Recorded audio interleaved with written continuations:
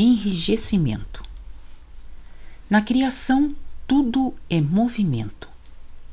O movimento, originado através da pressão da luz, completamente de acordo com a lei, produz calor e permite o surgimento de formas. Sem luz não poderia, portanto, haver movimento.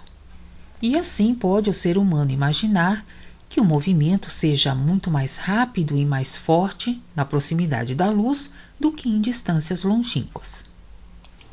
Realmente será também um movimento mais lento e mais vagaroso pela distância da luz, podendo isso levar, com o tempo, ao enrijecimento de todas as formas já constituídas por um movimento anterior mais intenso. Sob a expressão luz, não se deve naturalmente compreender, neste caso, a luz de algum astro, e sim a luz primordial que é a própria vida, portanto, Deus. Em complemento ao quadro dado, apresentando uma visão ampla sobre os processos na criação, quero hoje dirigir a atenção para a Terra, que atualmente descreve seu círculo numa distância muito mais afastada da luz primordial do que sucedia há muitos milhões de anos, porque ela, cada vez mais, foi abandonada ao pesadume das trevas por meio dos seres humanos, que se afastaram de Deus por presunção ridícula, num cultivo excessivo e unilateral do raciocínio, que só é dirigido para baixo para a matéria grosseira. E aí permanecerá sempre, pois para isso foi dado. Mas, na suposição de uma límpida capacidade receptiva de todas as irradiações e impressões do alto dos páramos luminosos. Ao cérebro anterior, entenda-se o cérebro propriamente dito, cabe todo o trabalho do raciocínio para atividades exteriores nas camadas mais grosseiras, isto é, na matéria. Cabendo, todavia, ao cérebro posterior, entenda-se o cerebelo, a recepção e transmissão para elaborar as impressões de cima, que são mais leves e mais luminosas do que a matéria grosseira.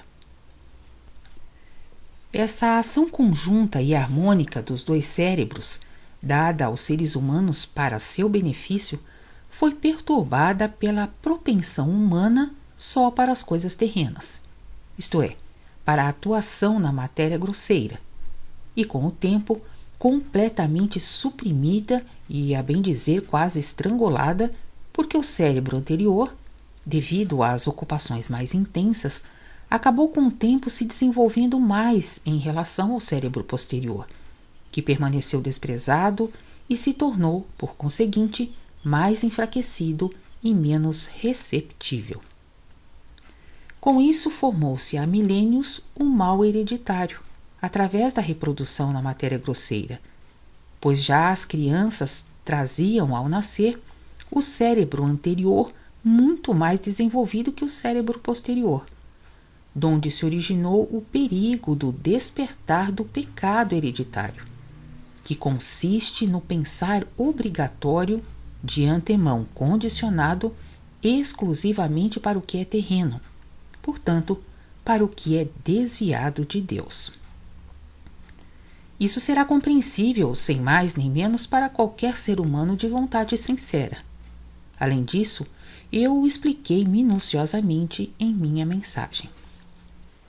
Todo o mal na Terra originou-se daí, pelo fato de o ser humano, devido à sua origem espiritual, ter podido fazer, com a sua vontade, pressão sobre tudo o mais existente na Terra, ao passo que exatamente ele, devido a essa origem espiritual, poderia e deveria ter agido, elevando, pois essa foi e é a sua verdadeira missão na criação posterior, onde naturalmente tudo quanto é espiritual atua guiando.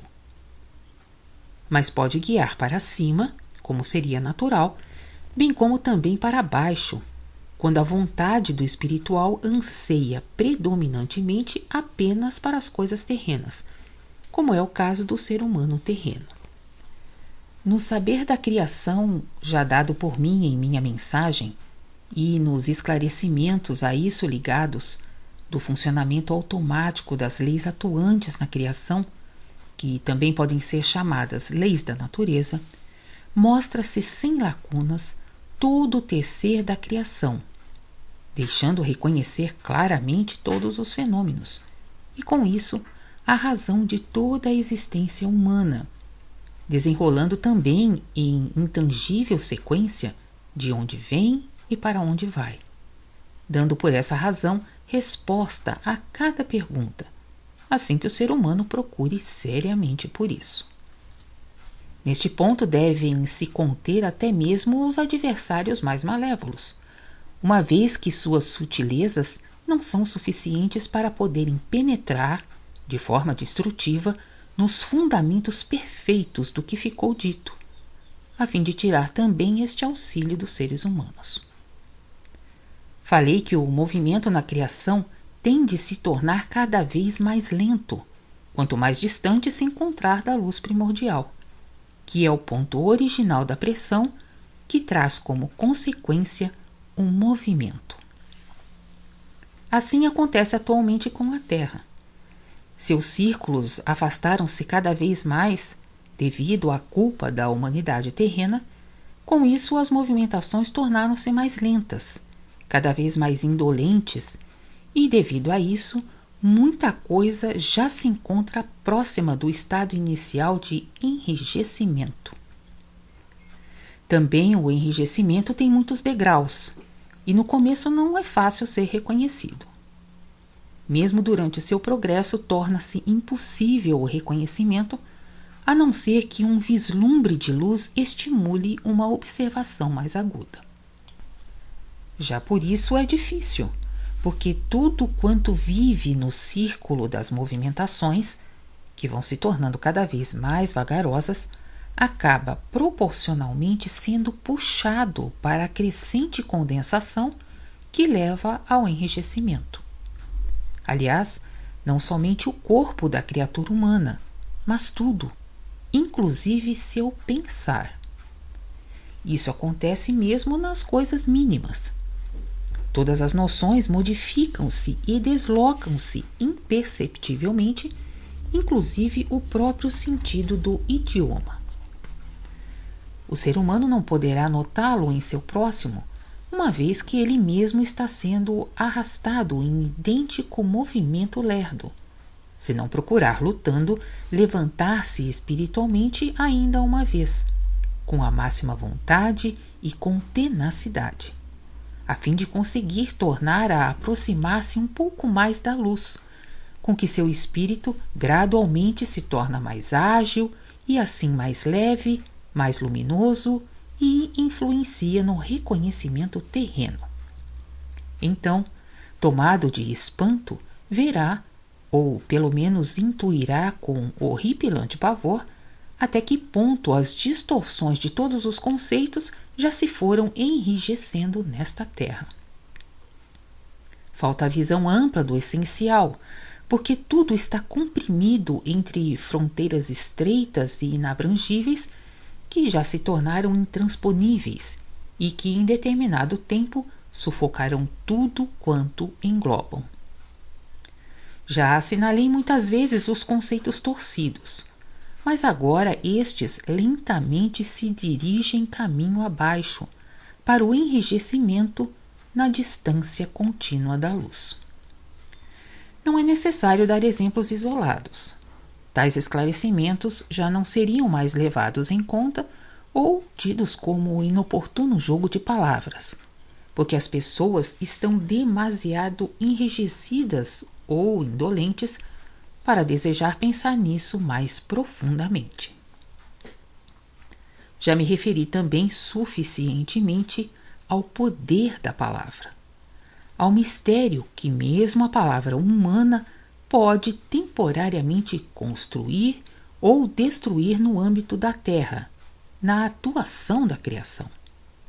Pois pelo timbre, pelo tom e pela composição de uma palavra são postas em movimento forças da criação, que não agem segundo o sentido dado por quem fala, e sim segundo a significação específica da palavra. A significação, porém, foi dada outrora através das forças que a palavra põe em movimento, e as quais, devido a isso, estão exatamente sintonizadas com o sentido certo, ou pelo contrário, não segundo a vontade de quem fala. Sentido e palavra surgiram do correspondente movimento de forças, por isso formam uma só coisa inseparável. O pensar do ser humano põe em movimento, por sua vez, outras correntes de força que correspondem ao sentido do pensamento.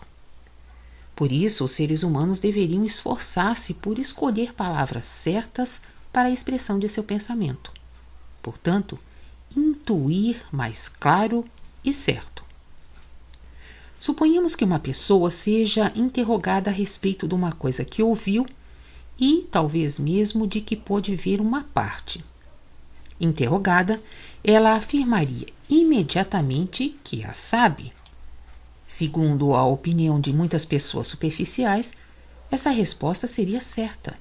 Todavia, em verdade, errada e condenável, pois saber quer dizer poder dar informação exata sobre tudo, desde o começo até o fim, com todas as particularidades, sem lacunas e de experiência vivencial própria. Só então pode uma pessoa falar que a sabe. Reside uma grande responsabilidade na expressão saber e na noção que lhe está ligada. Já acentuei também uma vez a grande diferença entre o saber e o aprendido.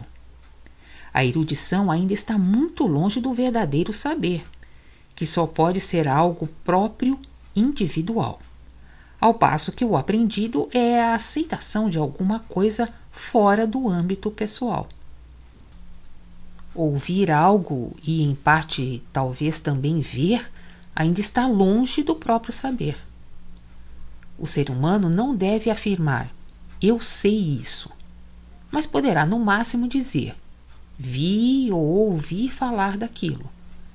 Mas se ele quiser agir direito, de acordo com a verdade, será obrigado a dizer, eu não sei.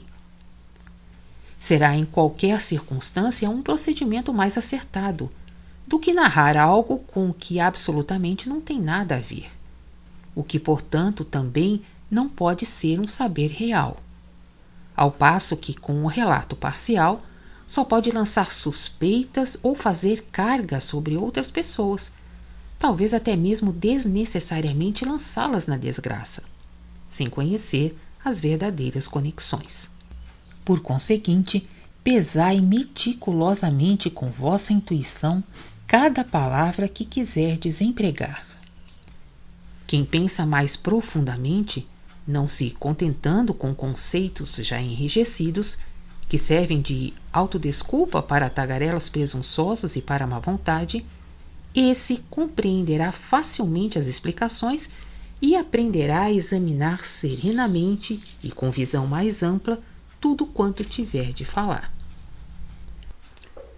Já inúmeros de tais conceitos restritos, com suas consequências nocivas entre os seres humanos terrenos, se tornaram costume, sendo avidamente agarrados e nutridos pelos escravos do raciocínio, como os instrumentos mais espontâneos das influências luciferianas das trevas mais pesadas. Aprendei a observar atentamente as correntes nesta criação e a utilizá-las direito, pois trazem em si a vontade de Deus e com ela a justiça de Deus em forma pura. E então tornareis a encontrar também vossa legítima condição humana, que fora arrebatada de vós. Quanto sofrimento será evitado assim, e a quantas pessoas, desejosas de fazer o mal entre as criaturas humanas, será tirada também a possibilidade de ação. A esse mal se deve atribuir também o fato de a descrição da existência terrena de Jesus, o Filho de Deus, não se concorde em todos os pontos com os fatos, razão pela qual, no decorrer do tempo, até hoje, surgiu no pensar das criaturas humanas um quadro inteiramente falso. De idêntico modo foram distorcidas as palavras dadas por ele, como aconteceu com todos os ensinamentos que foram elevados à religião e que deviam trazer ao ser humano elevação e aperfeiçoamento do espírito.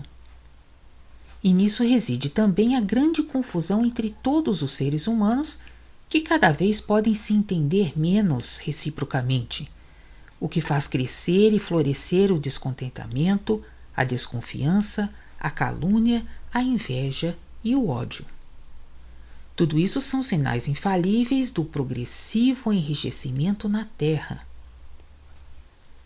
Erguei vosso espírito, principiai a pensar e falar com visão ampla e total. Isto condiciona naturalmente também que trabalheis não somente com o raciocínio, que faz parte da matéria mais grosseira, como também que deis novamente a vosso espírito as possibilidades de guiar vosso raciocínio que deve servi-lo, conforme as determinações de vosso Criador, que desde o início vos deixou surgir sem mácula aqui na terra. São tantas as coisas que já se acham na primeira fase do enrijecimento que breve poderá ser tomado todo o vosso pensar, devendo seguir canais inflexíveis e férreos que só vos trarão ainda mal-estar, sofrimento sobre sofrimento e que acabarão reduzindo vossa condição humana ao estado de máquina sem conteúdo, servindo apenas às trevas, distanciada de toda a luz.